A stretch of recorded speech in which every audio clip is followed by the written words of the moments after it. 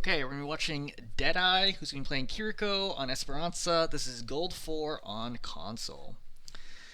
Console player, formerly DPS slash tank main, who was a low diamond DPS player in Overwatch 1 and very much stuck in gold slash silver for all roles in Overwatch 2. I'm already weak at pushing maps, but I think we had a good handle on the game until the Mercy got caught out of position. Blah, blah, blah, blah. For some reason, our team was unable to make a comeback after they capped second point. I think, among other issues, I consistently failed to deal with the Moira diving the back line and wasted Suzu more often than I should. Also, perhaps I should have switched supports at some point in the game rather than staying Kiriko the entire time. I think Kiriko was fine. Anyway, I'm the most common factor in my games, looking for other ways I might be able to contribute to securing a win here, in the hopes that there might be other things I could leverage to future games and push maps in general. Longer version. This is a push map which I struggle with. Okay, so at this point I'm going to institute. So I've already watched the entire game, so I'm going to jump in after every single point instead of waiting to the end. So I would start by saying I don't think any of your issues have anything to do with push maps. I mean, maybe there's a common theme, but when I watch this game, I'm like, no, I don't feel like you just don't know how to play push maps. I think that your problems here had nothing to do with the fact that it's a push map per se. I think one issue you might have is push maps tend to be more dynamic. Payload maps tend to be very linear, right? There's an enemy in front of you. You're in the back line, you kind of play north-south. Push maps and flashpoint maps tend to be a lot more dynamic. You tend to have enemies on your side or behind you, and that can be very overwhelming for some players. So in that sense, it might be an issue, but I don't think specifically is the push mode, the fact that there is a robot, that is not the problems that you are having. So I've been watching more guides. However, I recently tried branching out the support role, enjoyed Kiriko, so I probably play her more than I should, simply because I think her kit is fun, even not appropriate for every comp. I mean, Kiriko's a very versatile hero. I think she can be played in almost every single comp, if not every comp, and she's comparably as flexible as Ana is. You can damage, you can heal, right? You can main heal, you can off heal, right? You can off angle. You got plenty of utility. Kitsune is useful for most lineups. You can kite. I think she's extremely strong, and there's no reason why Kiriko as a hero choice is not a problem.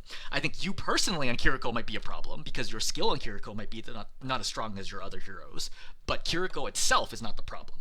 I didn't want to make that clear. And there's nothing wrong playing Kiriko even if you're not good at her and you enjoy it, right? It's a game, it's fun. Play the heroes you find fun. If there's another hero that you play better at, let's say Ana, if you're good at Ana but you don't enjoy playing Ana, don't play Ana, right? Play Kiriko. It's a no-brainer. Some things more that I struggle with. Healing accuracy. Honestly, not a thing that I jumped out to me as a problem. I don't feel like that's your major issue at all. Number 2, working kunai blades between kills, just something I need to train myself on. You'll notice sometimes I throw daggers at no targets between healing in an effort to remind myself to do this more. I did notice this. I do think it's a good habit, right? To just try to get into attacking, even if you can't mentally find space to aim it at someone, just to continue the rhythm of weaving is important. And I did notice that. I think this is something that honestly just gets better with time. In some sense, I think you're asking for a review too soon. I would like to see this not now, but 5 to 10 competitive hours of Kiriko from now, because I feel like you're already going to get a lot better, even if you don't get any advice. I think you're going to make it to platinum just by playing more Kiriko, because I think you have a good base to learn from, if that makes sense. A lot of stuff I'm like, okay, this is a very basic mistake. It's you first start playing basketball and you're dribbling the ball off your foot.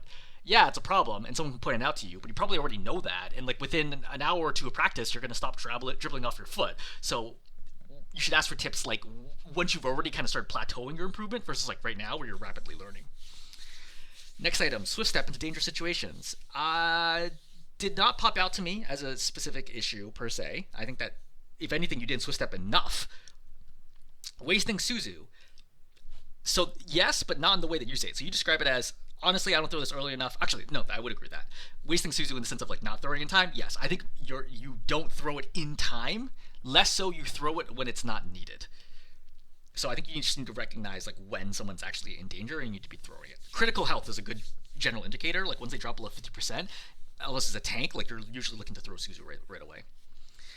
This game in particular, dealing with diving Moira, but dive in general, I oftentimes turn to face the Moira despite me probably lacking the tools necessary to battle her. I disagree. I think you should take that fight. I think the correct play is probably to find a teammate to split step to, but in this video you knows how I attempt to fight her instead of stepping away. No, this is the right call, is to do that. If the Moira doesn't have Fade, or doesn't have Orb, you have 280 health if you have Suzu. Okay? Moira does 50 damage a second, so that gives you almost 6 seconds to kill her. If you can't kill a Moira at close range in 6 seconds, you're not going to climb anyway. Like that's going to be like a hard limit on like how far you can possibly get as Kiriko if you can't win that fight. Because it's not just about fighting Moira, right? The same aim skills that apply to killing Moira apply to killing any hero. And you struggle to kill any 200 health hero in 6 seconds, that's kind of a cap, right? That's always going to be an upper cap on how far you can climb. Anyway, this is not going to be a full length review probably. We got about 20 minutes here. So how this goes. So for starters, we're following up. Okay, fine. Number one is you could consider, instead of pocketing here, going your off angle. But since your Mercy's your other support, I think it's fine right now to be pocketing the tank. So we're attacking, but obviously not attacking anything. But we get another heal in. So, I mean, the general commitment to weaving is good. I like that. The problem is there's a disruptor here, and you're just going to sit in this disruptor for, like, forever. You take 130 damage from this disruptor, which it can do up to 200, 205, 210, something like that. This disruptor nearly kills you because you just step in it the whole time. And this is something that popped out to me is I think the game just moves too fast for you. I think like you're just having trouble processing all the things that you need to do and pay attention to, and as a result, like you just autopilot right now. You're standing in this for like a crazy, and then you walk back into it a crazy long period of time, and then that forces out your Suzu because you get really nervous. You also could have avoided the Suzu by just staying behind cover. So I don't really know how much coaching I give you, right? This just looks to me like you just need to play the game more. Just like when you start playing, you're like, oh, hey, you know, I don't know what's going on. There's all these effects, etc., etc. But as you play more, you'll get better. Now, I know you played in Overwatch 1. I don't know how much you played. But, like, also could be your general discomfort with Kiriko specifically that's making less kind of, like, information overload and overwhelming you. But, like, this can't be happening, right? You can't just go up, heal, right? You saw the disruptor go across your screen right to left. You hear it. I hear the effect. I see the effect. I walk into it. I'm taking a ton of damage. I walk back out, and I walk back into it, and then I walk out again, finally. Like, that's pretty devastating. If I was a soldier and I saw you took 130 damage, I would immediately just commit right now and kill you. There's, like, nothing you can do at that point. So, yeah, just let's know that. So, Suzu, again, really shouldn't have needed Suzu here. So, it should be heal, attack, attack, right? Go for the heal. Yep, see? Like, you're trying to weave, which is great. Ramatra shield's up. So just try to keep people alive. The person in danger right now is the Hanzo. Maga's like basically, he's half health, but he's around the corner. He's not going to die instantly. So, all right, goes in. So right now, I see Maga going in, but I also see damage-pocketed soldiers going from Hanzo. My priority should be saving the Hanzo, not the Maga, right? The Maga has a plan, presumably. Hopefully, the Maga has a plan. But the number one problem here is the Hanzo. Like, the Hanzo's the one I have to be keeping alive before this even goes in. Because I recognize it right here. The Maga is not in danger. The Hanzo is in danger, even though he's full health. That's what I need to be worried about right now. But let's also note, your Mercy is going to die here. Why did your Mercy die? Well, let's zoom out. Zoom out, and we're going to step back a little bit. Okay, so we're here. One of the things I would also note right here is, like, I feel like there's not enough enemy heroes. Like, I'm like, I only see, like, 3 people? Where are the other 2 enemies? Well, we're about to find that out. So this fight's going to start, okay? Moira's going to come in from the backside. She throws the damage over here. Starts burning your Mercy. She starts leeching your Mercy. She's leeching. She's leeching. She's leeching. She's leeching. She's leeching. That is an extremely long time for you to not notice that your other support is getting burned down and killed. Let's count again how long this takes from when she starts taking damage. Your Mercy, by the way, has seized the Moira, right? She probably should have been pinging or saying in voice chat if you're with the Mercy or whatever. She should have been saying something. So from right now, 1, 2, 3, 4, 5, 6, 7, 8. 8 whole seconds go by before your Mercy dies. And for the record, you still don't know the Moira is here, right? Like, you still have zero awareness that the Moira is here. So when should you have known the Moira was here? You should have known the Moira right there. So I heard the Moira voice line from the orb. I would have heard her right there. That's when you should have turned around and been like, what the heck? Why do I hear a Moira voice line and I don't have a Moira on my team? You should have turned around right then. But then I would still hear, like, I can hear the leech sound. It's tough because my sound's at 12% right now for the replay review. But at 100% volume, I can hear it, like, clearly, right? Your Mercy's flying over you. Just one heal here saves her life easily. Like, this is really bad. Now, again, your Mercy could be doing a lot more to help herself out here, right? She could be pinging, she could be saying in voice chat, she could be tapping the I need healing button, but, like, you also see the icon Mercy healing you, and she's low as well. So, this is another good example. Like, the game just goes too fast for you, but one heal on the Mercy here keeps her alive, and the Moira gets no value. Like, this is a pretty big moment to, like, just not be able to do any of the things here correctly. And now your Hanzo's gonna get a rundown. You're not paying attention to the Hanzo at all. Tunnel visioning on the Maga. Again, at this point, when he's going in, I assume he's gonna have cardiac. Okay, so he's like on his own. I have my own problem to deal with, right? The Hanzo's about to die. The Soldier's right here. I cannot be focused on my tank right now. The Sojourn / staying alive has to be my priority. I immediately take the duel with the Sojourn, right? Or I try to like maybe kill the what is this? The Sojourn that they shot it down on their team. Wait, what is this? No, sorry, the Soldier on their team. I try to kill the Soldier. Or if I feel like I'm in grave danger, I could then swift step to the Soldier, take this off angle. I can still damage heal from this side. I have a lot of options here, but it can't be, okay, just sit here and just panic, right? I hit the headshot, I can swift step out right now. Nope. And you just stay there and die. Everything here is just, the game is too fast for you. Right? That's the overall read here. Again, how do we coach through that? Well, I can try to break down these points one by one, but at the end of the day, the game is going to play at the speed that it's going to play. You know? You have to build the right habits, behaviors, reactions to play better. I think that the number one thing here is actually keeping your Mercy alive and recognizing that the Moira is in the back line. If you don't have like a headset, you for sure should be wearing a headset. I think sometimes occasionally in console players I hear they don't have headsets, which I think is crazy. They're using like speaker sound. But you should know, hey, there's a Moira here. She's leashing my Mercy. Like that's something I got to be recognizing and keep the Mercy alive, right? And then from there, Moira gets one tapped, right? Then I have to recognize, okay, I got to save this Hanzo in this situation. That's got to be number 2, right? That's got to be the priority right now. No, don't save this Hanzo. Okay, fine. Then number 3 is, okay, from here, switch to the Soldier, right? Try to get an off angle, keep myself alive. My tank is fine. My tank's not getting any healing. He's gaining health, not losing health. So I got plenty of options right there, but nope. And then I die. All the things here are going wrong for you. But like, again, this is why you just need more practice. One of the reasons why I generally kind of avoid doing too many low-ranked reviews, by the way, less so for you and more for like my general audience, is a lot of them I look at, I'm like, look, if you just played 5 more hours, you'd be a lot better than where you are right now. Like, I don't have any advice to give you other than just play more and you'll get better at the game. So I think a lot of people are trying to short circuit the process of getting better when they're like, oh, I'm gonna get a review and like I'm gonna get way better.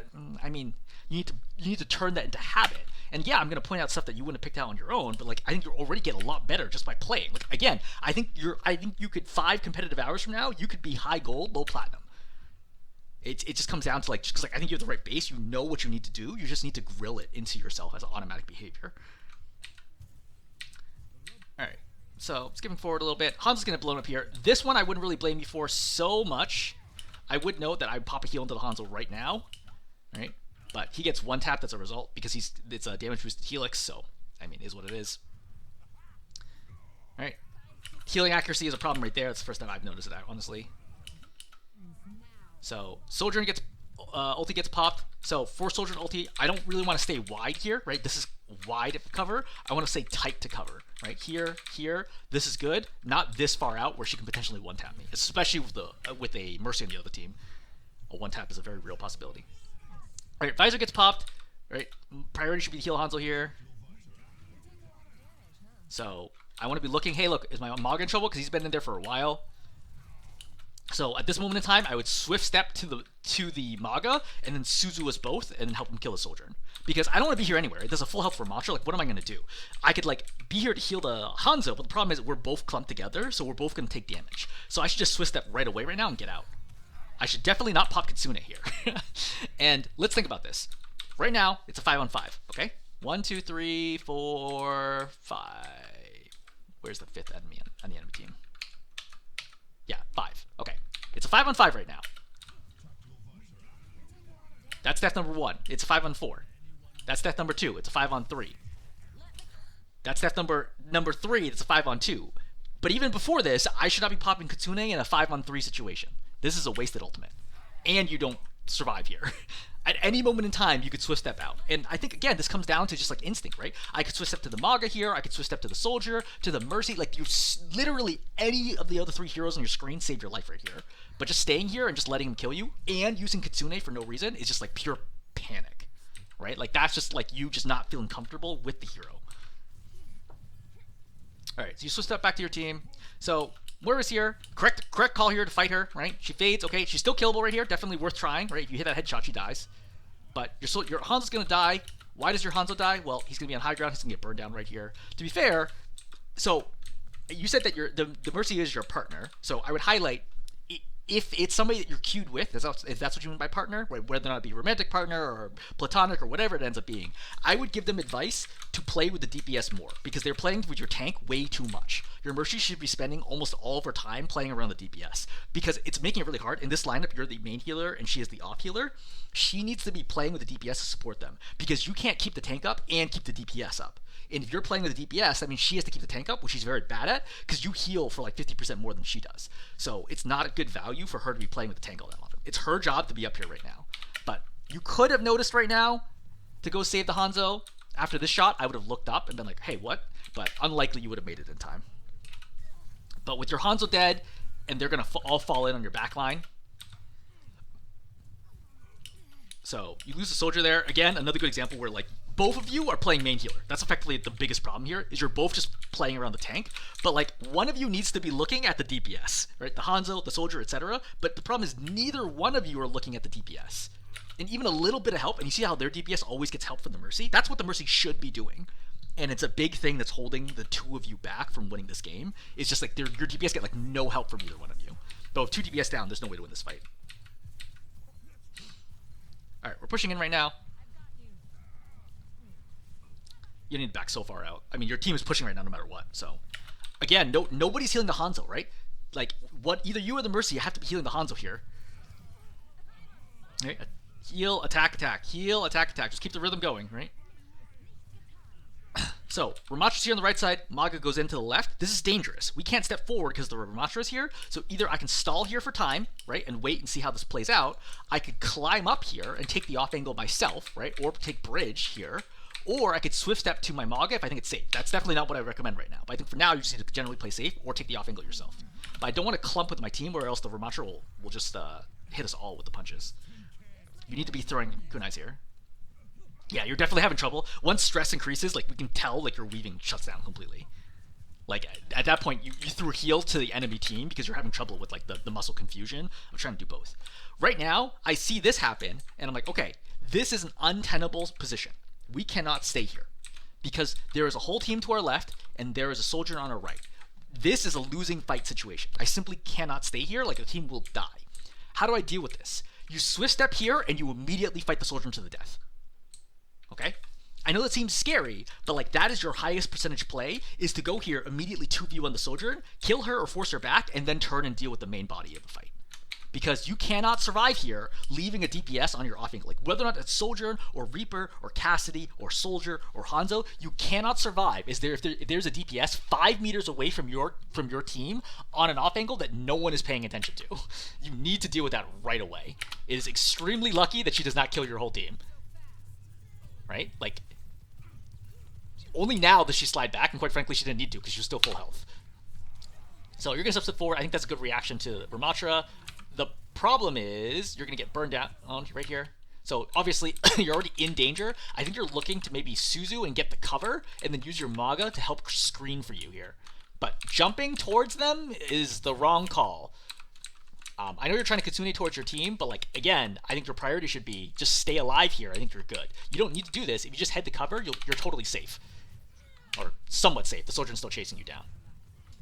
But from here, this is going to get bad. Another alternative, instead of swift stepping forward when the Ramatra comes forward, is swift stepping backwards. So you see him coming, you see Vortex, I could be like, oh wait, look, I'll just sit here, let him get like a little bit closer, Suzu me in the Hanzo, and then swift step to like the soldier or the Mercy in order to get out of his range. That is another option if you don't want the aggressive approach.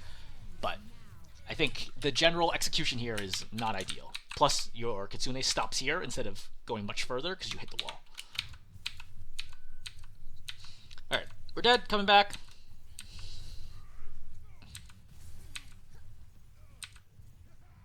Alright, we're looking for the contest here. Healing accuracy's problem there. You contest. Okay, I think this is a good idea, right? Somebody needs to stop it from hitting the cart, right? Okay, ulti gets popped, that's fine. Try to keep your Reaper alive here. I would back up a little bit more. I mean, your healing goes a long way, so... Suzu's probably too early there, but it's okay. Yeah, try to keep them both alive. I think this is fine. Again, remember you can get Taxin right now, too. Right? You can get Taxin right now basically for free, or just one kunai will not reduce your healing at all. The second kunai reduces it by, like, I don't know, 10%. Something small. So... Alright, we're fine. We're pushing. Great. So what happens here? So, pushing up. Soldier is going to pop Visor. So right now, I heard Mercy say, I could use some assistance. So I want to look and be like, okay, is my Mercy okay? Because I want to pay attention to that. I know this damage orb is going by me. I know the Mercy's behind me because of the heal beam. I need to have that like visual map in my head. Like in my head at all times, on all heroes, all rows, I'm thinking of the map like this. Like a bird's eye view. Where is everybody on my team and where is everybody in the enemy team? This is like what the mental picture in my head at all times. It's like a mini map in my head. So when I see the orb go by me, I'm like, okay, there's still a lot of this orb. Maybe it'll burn the Mercy a significant amount. I want to make sure the Mercy doesn't die. But now, I hear the shooting on the right side. I need to turn for this. The audio awareness that you have is like probably one of your biggest weaknesses here. You need to notice that this is happening and that your Mercy is getting burned down. Right? Okay, he pops Visor right there. You don't even react to this. Like, there's literally zero reaction to the fact that Visor got popped. You need to turn and be like, hey, I heard a soldier on the right. Because as long as you're wearing a headset, you'll have, and you're not like deaf in one ear, for example, like an actual physical handicap, you can hear the soldier has popped it. You can hear the soldiers on your right side. That means situationally, right side can only mean that he's over here. I turn here, look for it, pre-heal the Mercy. He swings this corner. I Suzu the Mercy, heal her again, and then swift step away from here if I can't get around the corner in time. That keeps both your Mercy alive and keeps you alive from the situation. And note that your soldier actually kills the enemy soldier like almost instantly. So if you keep the Mercy alive there, big play. Not allowing your Mercy to die there is pretty bad. So, soldier gets kill. I don't know what this swift step is. I feel like this is just pure panic, right? Like, what is this swift step going to accomplish? Again, this is something that, like, within a few hours of Kiriko, you're going to stop doing stuff like this because you'll just train it out of your system very quickly, right? More examples of confusion and panic. You know, Moira's trying to take a fight with you.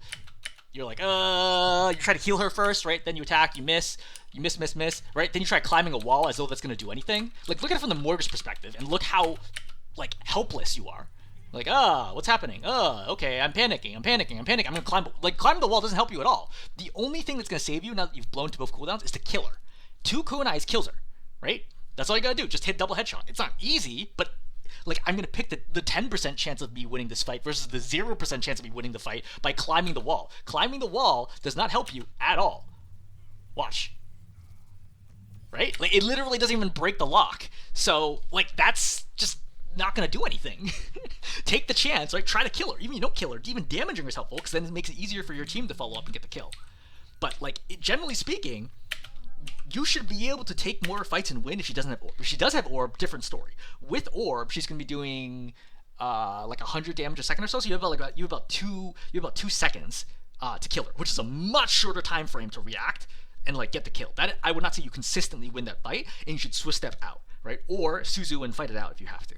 Another tip I would give for fighting against Moira is get closer to her. Because if you assume that she's not going to miss you anyway, the closer you get, the easier it'll be for you to hit her, and it scares her, because then the damage is going to come a lot faster. If I'm 20 meters away, she has a lot more time to react to not getting double headshot. If I'm 5 meters away, she has very little time to react to being double headshot. Alright. So we're coming out here, you're coming back to a losing fight, you're trying to heal your Mercy through this. I think your Mercy in general doesn't really know how to play the game, is my general read here. So she can Guardian Angel and slingshot by you and get around the corner. But she doesn't seem to know how to do that, so she's just walking in a straight line right now, hoping she doesn't die. So that's like a big piece of advice for your Mercy, is she does not know how to dodge at all. And or use her abilities, which I think we've seen from previous play as well. Like, your Mercy looks like she is, like, low bronze. And she might be. I'm just noting here that, like, your Mercy, like, literally not pushing any buttons here. At any moment in time, she can just slingshot by you and not die here. So yeah, just a note on that. So Moira jumps in. Okay, I know your Maga's low, but this Moira is kind of priority number 1 here. So she's gonna jump in. I saw her fade. I assume she's coming for me right here. Okay, she throws damage orb. I don't want to back away. Backing away is bad, because backing away means the damage orb's only going to hit me. If I stay with a soldier, it's going to halve the damage from the damage orb, and the damage orb is going to fly by me. So instead of taking like 100 damage from this, plus her leech will kill me, I probably only take up like end up taking like 30 damage from this, because it's only going to do like 60-ish damage total, split between me and the soldier. So the second this happens, I want to clump with my soldier, turn, and immediately take the deathmatch. Right? This, like, you also have Suzu right here. Like, this is the moment where you just need to kill the Moira. Like, this is it. Okay, she pops Coalescence, probably can't kill her anymore, right? Coalescence kills too much, Swift Step to your mercy, and you're safe. So this, and this again is something that's going to come with practice, right? I don't know how many times you fought Moira as Kiriko, who's diving you. I don't know, 10 times, 20 times maybe? But when you fought the Moira who does this like 200, 400, 1,000 times, this is going to feel like a cakewalk. You're going to immediately know, hey, what do I do in this situation? Because the correct call here, when she starts that fade, right now, is I go behind the trolley, I stay with my soldier, I expect her to come in, I start the deathmatch right away, right? She lands right here. Great. Fine. Fighting it out, right? I stay over here. The orb mostly misses me, right? Fight. Okay. Until she pops Coalescence, right? She pops Coalescence. Great. Suzu myself. Look. Swift step away. Pop a heal into my soldier. Continue to fight. All of that is automatic to me because I have fought Moiras that do this over and over and over and over and over and over again, right? So like that type of like ingrained learned response is how you outperform in the situation. But I would note here, let's imagine she doesn't have damage orb. Okay, she does have damage orb, and I do have Suzu, and I have full health. Take this fight every time. Not every time, because Overwatch is a situational game. 95% of the time, take this fight. Bet your game outcome on you winning this fight. Okay? I think that's what everybody needs to think about here is your odds of winning a game, on assuming you play average, is 50-50, right? Assuming you play with the way the matchmaker expects you is 50-50, okay? You play better than matchmaker expects, 55 maybe, 60%. You play a lot better, 65, 70, 75%. There will come times in a game where you need to bet the outcome on whether or not you can win a matchup. This applies to every single hero, no matter the role. Tank, DPS, support, whatever it is. You need to look at a matchup and think, not, can I win this 100%? Obviously you can, you take it, right? There's no decision making. But if you're like, there's some doubt in me winning this, but there's a good chance that I win this, evaluate what are your odds. So for example, if my team is carrying this game and obliterating the opposing team, and the Moira comes down, and I don't feel good about my aim, I don't take this fight. I swift step away right away or whatever it ends up being because I'm like, look, my team's not carrying anyway. I don't need to do anything. But if it's like a 50-50 game, it's very, very even, I definitely take this fight because I think the odds of me winning against the Moira, assuming she doesn't have orb here, are at least 60%. It's somewhere between 60 to 75% chance that I'm going to win this fight. I would say actually without orb, probably higher than that, 60 to 80% chance. So take this fight right here is important, right? That's going to be a key part of you winning this game is understanding, okay, right here, this is my opportunity to make a difference on this game. And yeah, we're 3.5 minutes to the end of the game, but if I win this fight, then I probably win the duel against her. We probably win the fight overall, and that's going to contribute to winning. And sometimes at the end of the game, it literally will come down to a 1v1, right? Even though the fight might be overall 4v4, when Moira's dive you, they're trying to force a 1v1. And they're trying to pick the right timing to do it. And then you just need to be able to punish them. Be like, no, you think you can pick on me? That's not going to work. A similar concept happens in basketball, where you leave worse shooters alone to double team better players. And so they'll pass it to the person who's not a good shooter, and then you'll realize the game is going to revolve around, can I make this open shot or not? And you'd evaluate, is this the highest percentage play for my team at that moment in time? There are many parallels between Overwatch and all the other competitive team sports out there around the decision making about how you do. But I would note here, again, if Moira commits on you like this, you need to already have the automatic response to take this fight and to win it. Not every time, but enough. Again, even if you win this fight 60% of the time, that's climbing. 60% is a good climbing rate. You climb in like, just did math recently, like 20 games or so, we'll climb like a rank. So that's good. Take the fight, right? If it's more than 60%, for sure take the fight. If it's 55%, I don't know, is my team already playing at more than 55% pace for the game? If not, I'll take the fight. If it's 50%, it's about even, I can still take the fight. If it's 40% that I win this, no, I shouldn't take the fight. But then I should probably learn how to get better at aiming because Moiras won't get any better at this over time, right? A GM Moira and a Gold Moira do the exact same amount of damage. There's no skill involved to the aim. So it's kind of like a flat ceiling on how much damage they can do. All right, I'm going to wrap up here. I think we covered a bunch of stuff. The rest of the game is going to look basically the same, but it's going to be all just around just like general mistakes, kind of sloppiness in your play that I think you'll clean up with experience, but the audio awareness part I think is really important to highlight. All right, I'm going to hold there. Hopefully this is helpful.